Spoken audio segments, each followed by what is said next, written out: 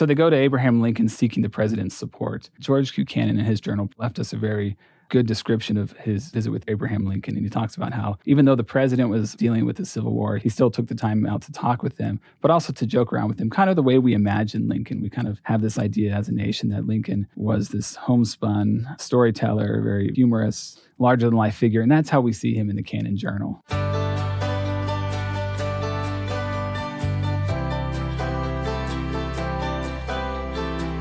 Hello and welcome to Saints. I'm Shaylin Back.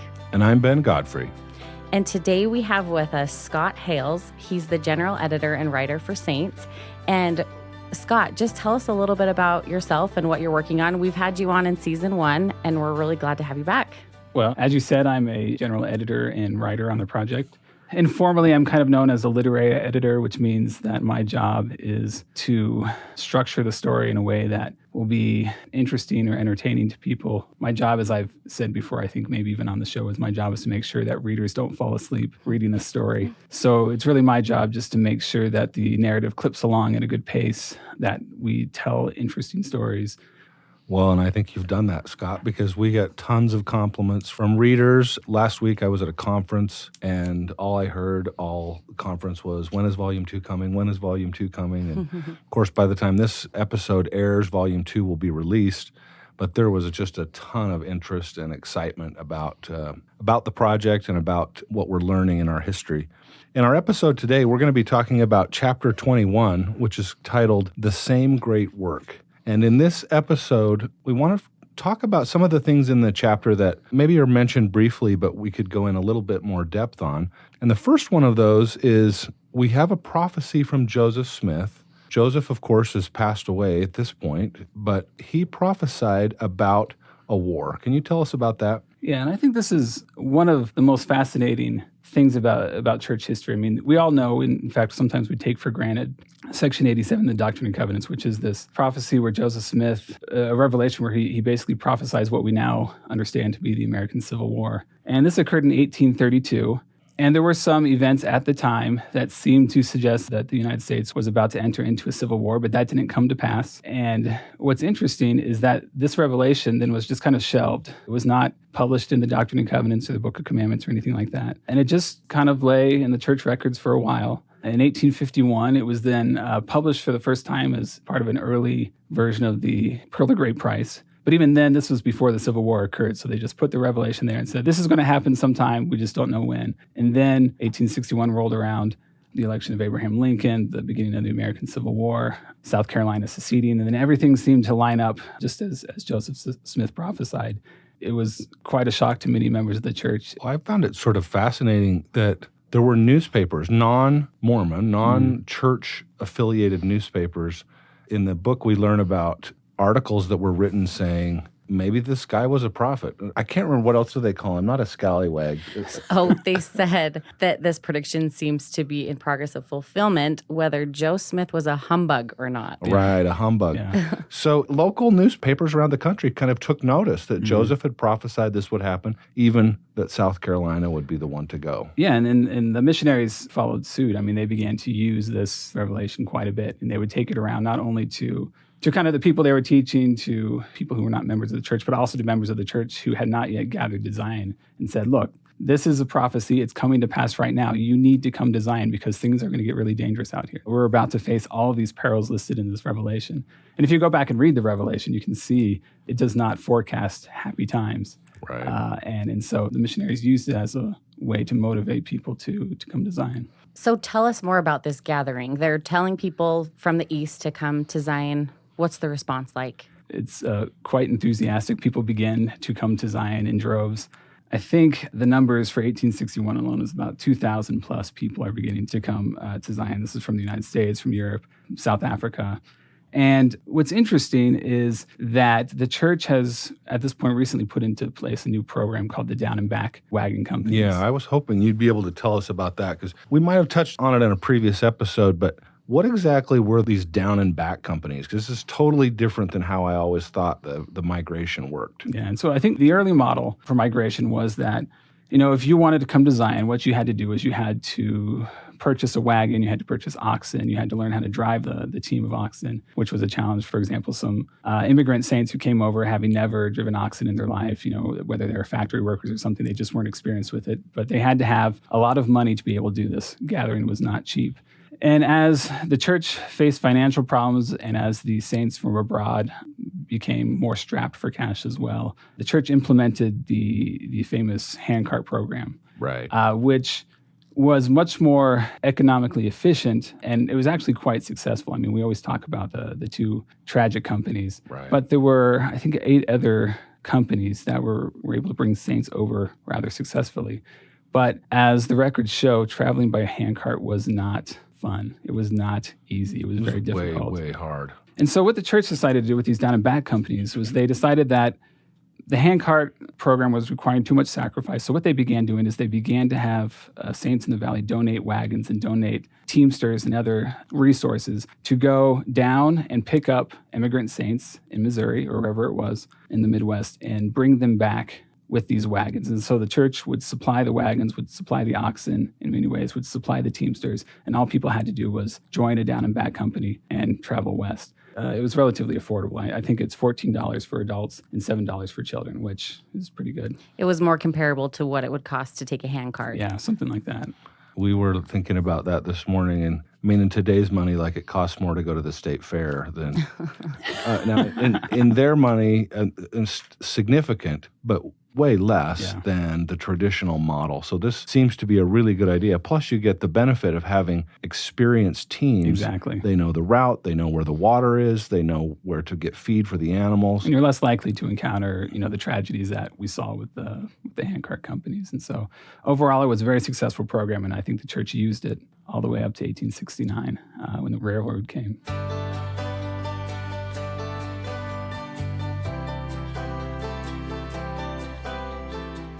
So, Scott, now let's move on to talk about what's happening in the Salt Lake Valley.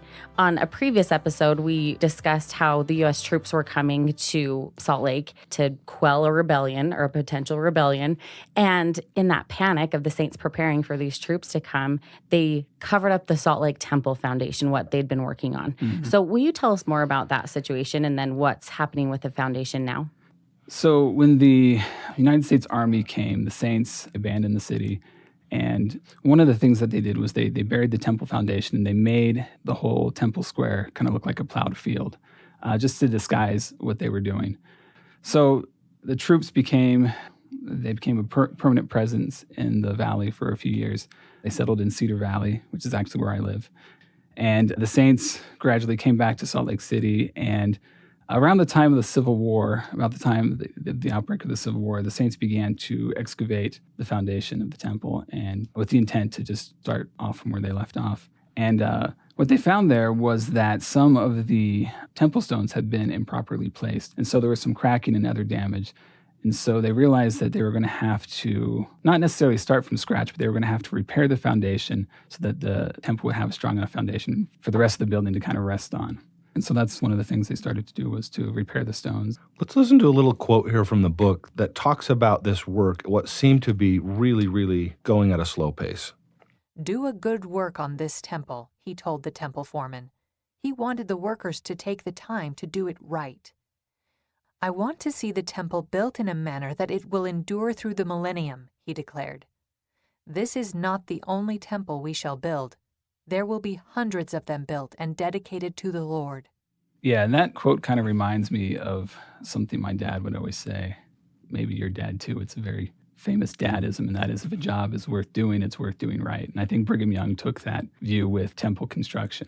And I think that troubled some people because they saw other buildings going up. And in the chapter, we talk about the Salt Lake Theater, which on the surface seems like a very frivolous project. And the Salt Lake Theater went up very rapidly, while the temple itself was just, for an outsider looking in, somebody who's not associated with temple building, just seemed like it was taking so long to do. And that's because Brigham Young wanted to make sure that the temple was built right, because he wanted it to last through the millennium. And so, lot different constructing out of solid granite versus, yeah.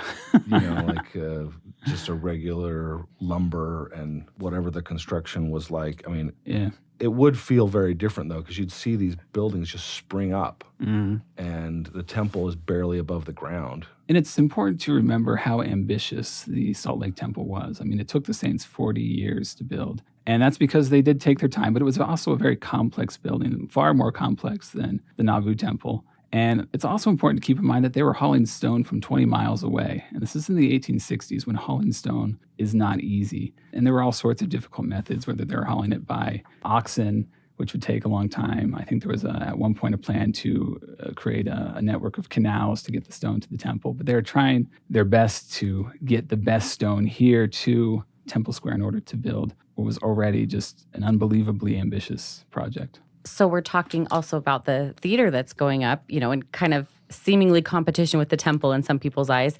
What was the draw and the appeal to build a theater? Where did that idea come from? Well, I think one thing that, again, we need to keep in mind is that life in 1861 was not easy. And the saints did not have on-demand entertainment the way we have today. So they would work quite a bit during the day, very, very difficult labor. And at the end of the day, they needed some way to relax. And this is somewhat apocryphal. I don't know how true this is, but this comes from Brigham Young's daughter, Susa. She said that her father taught that the saints needed to have 8 hours of work, 8 hours of recreation, and 8 hours of sleep. In other words, we need to find a balance in life. We need to balance recreation with work, or else we would just go nuts. I mean, think about it yourself. When you find yourself overworked, life is not easy. The stress just seems to pile on. But it's recreation where we find value in life. And that's what the theater was about. It was just a way to provide more opportunities for recreation and entertainment for the saints because people need amusements. That's what Brigham Young taught. Let's listen to another quote here from the book that talks about this theater and what it would do for the saints. Though the city's social hall already functioned as a small playhouse, Brigham wanted a theater that would inspire the minds and imaginations of the saints. Drama had a way of teaching and edifying people in ways sermons could not. Having a magnificent theater in Salt Lake City would also show visitors that the saints were a cultured and refined people, countering the negative images of saints in many newspapers. So it seems like Brigham has a couple of things in mind. He wants people to see that we're not just a bunch of religious fanatics out here on the edge of the frontier, but we're cultured and refined. And this idea that drama can teach people things that a sermon can't. Mm-hmm. I kind of relate that a little bit to the Family Proclamation. One of my favorite parts in the Family Proclamation says that we are to have wholesome family recreation. Mm-hmm. It seems like that idea goes all the way back to the early saints. Sure. And I think what's really interesting about the Salt Lake Theater itself is that it began kind of as a family project. I mean, we talk in the book about the Bowering family, which was this early theatrical family in Utah, and there were some other theatrical families. And really what it was these families would get together and put on performances for the public. And oftentimes it was families who would come here and families that would meet together. And this is one way that people bonded. I mean, the same way we kind of bond. I mean, we kind of talk negatively about this sometimes, but I know in my own family, growing up and even today, oftentimes as a family, we bonded around the television. We'd watch programs and then we'd talk about them. And we found ourselves growing closer together. And I think the same sort of thing was happening with the theater. Families were either acting together in these productions or they were attending these productions together. And then afterwards, they would talk about it and they would express their views and opinions and get to know each other better and ultimately would just become closer. I love what Brigham Young said, too, in connection with the theater. He said that people must have amusements, which we've talked about, but then he said hell is a great distance from us, and we can never arrive there unless we change our path. For the way we are now pursuing leads to heaven and happiness. And I think that's so neat to provide a balance to what we're doing in our lives, that we do need to pursue things with our families and individually that does lead to happiness and lends a great support to our service in the gospel. No, I love that. So one of Brigham's biographers talks about this theater. One of the things I remember him talking about is someone comes later when it's all finished, and there are these beautiful chandeliers. And Brigham's pointing out to him, look at our beautiful chandeliers. Aren't they wonderful? And he says, yeah, they're as fine as any I've seen elsewhere. I'm paraphrasing, you know. And then Brigham goes on to tell him, they're actually made of wagon wheels. And I helped do the gilding myself. And he's just sort of pointing out, we can make it look good, and we can be refined, but we're going to do it with the materials we have available to us here. Yeah. I just found that rather interesting that he's just kind of ingenious in coming up with ways to make a place look cultured and make it beautiful, but do it with what we have. Yeah. If you're ever in the Salt Lake area, one neat thing to do is to go up to the Daughters of the Utah Pioneers Museum, which is just north of where we are recording this podcast right now. And the museum there was built just after the Salt Lake Theater was razed, after it was taken down. And in honor of the Pioneer Theater, which was such an important thing to these early saints, the Daughters of the Utah Pioneer designed their museum to look like the Salt Lake Theater. And if you go in there, if you go enter the main floor and go all the way to the back, you'll see a section of the museum is dedicated to the Salt Lake Theater, and it shows some of the workmanship that was harvested before it was torn down. So you can see some of the original seats, some of the railings. I don't think they have any of the chandeliers there, but they've got quite a few artifacts there from the Salt Lake Theater. So if you're interested in that, it's a great place to go and learn a bit more about this building.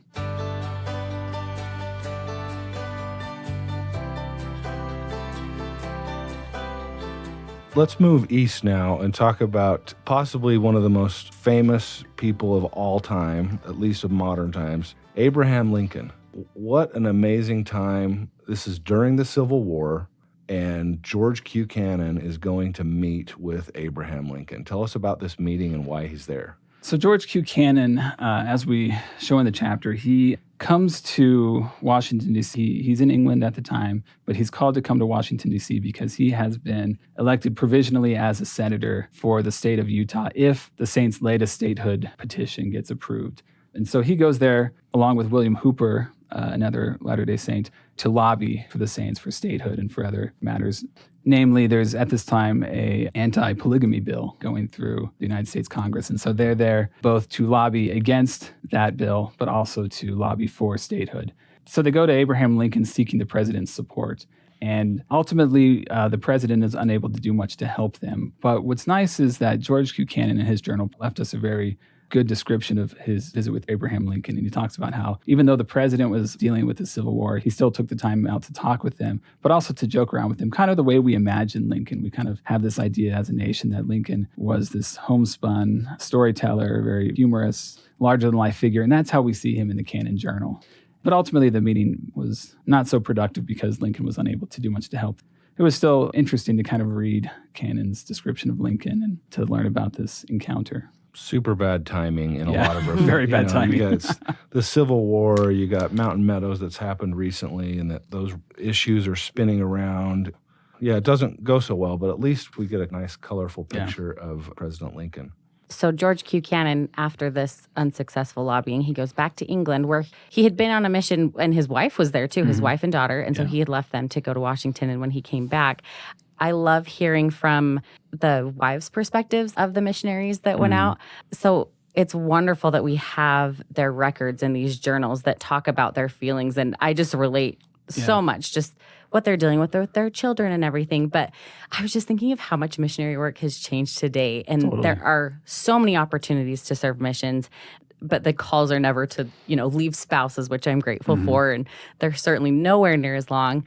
We just had some people in our ward a senior couple that had gone on a mission just a couple states away. They were gone for 6 months. And suddenly, before you knew it, they were giving their homecoming talk. And I just think it's neat that we all have opportunities to serve that kind of fit our needs and that we're not going to be put in these very difficult situations. And what's really, I think, incredible about this scene is that we don't, in our archives, in the church archives, we don't have a lot of material from the Cannon family. So we have George Q. Cannon's official papers that he wrote when he was in the first presidency or as a member of the Quorum of the 12 or as a mission president or whatnot or as a politician, but we don't have a lot of material from his wives or his children, especially of a personal nature. But we do have this very short journal from Elizabeth Cannon, which I think just spans a matter of just a few months from 1862. And when we came across that, we were like, this has potential for a scene. And so it was great that we were able to tell the story of George Q. Cannon's return and their experience of this mission tour that they take through Europe from her point of view,